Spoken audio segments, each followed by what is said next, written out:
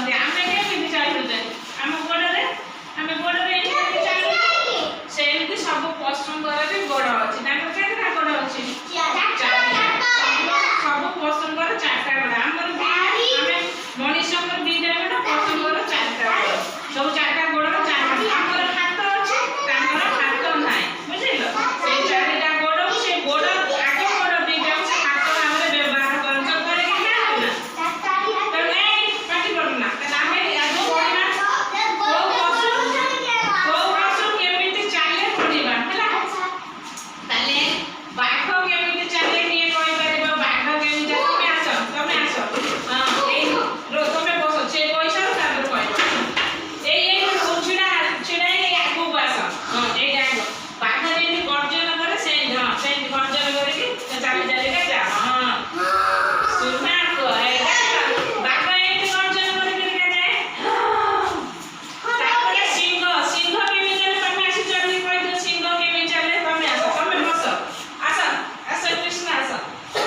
ସିଂହ କେମିତି ଚାଲେ ସେମିତି ଗର୍ଜନ କରିକି ଯିବ ହଁ ସିଂହ ଚାଲିବା ଗର୍ଜନ କର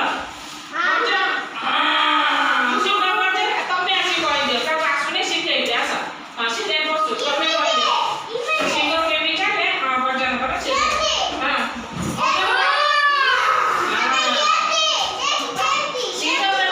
ତାପରେ ମାଙ୍କଡ କେମିତି ଚାଲେ ତ ସମସ୍ତେ ଜାଣିଛ ଏଇଠି ଆସିକି ଏଇ ପଟରେ ହଁ ଏଇ ମାଙ୍କଡ ତମେ କରିବ ହଁ ଆସ ତମେ ଏଇ ପଟରେ ଆସ ମାଙ୍କଡ କେମିତି ଡେଉଁଛି ଦେଇକି କହିବ ଆସ ଭୂମିକା ଆସ ସୁନା ପିଲା ସବୁ ଜାଣିଛ ମାଙ୍କଡ ଡେଇଁଲା ମାଙ୍କଡ ଏମିତି ଧିଏ ଗଛ ଦେଖିଛ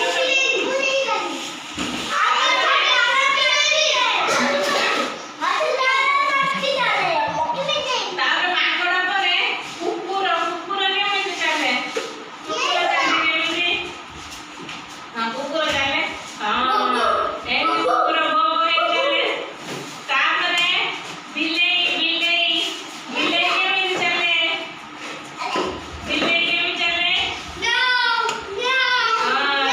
ପିଲା ସବୁ ଜାଣିଛି ସେ ଆଉ କିଏ ରହିଲା ପଶୁ ଆଉ କିଏ ରହିଲା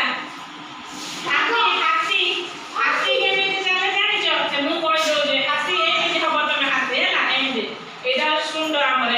ହାତୀ ଏମିତି ଶୁଣ୍ଡ କରିକା ଚାଲିବ ଆସ ଏମିତି ଆସ ତମେ ଆସିକି ସେମିତି କରିବ ହଁ ସମସ୍ତେ କରିବ ସମସ୍ତେ ଏମିତି କରି ହଁ ଏମିତି ହଁ ହାତୀ ଶୁଣ୍ଡ କରିକା ଚାଲ ହଁ ସେମିତି ହାତୀ ଶୁଣ୍ଡ ହଲେ ଆସ ହାତୀ ଶୁଣ୍ଡ ହଲେ ଆଗକୁ ଚାଲ ହଁ ତମେ କରିବ ହାତୀ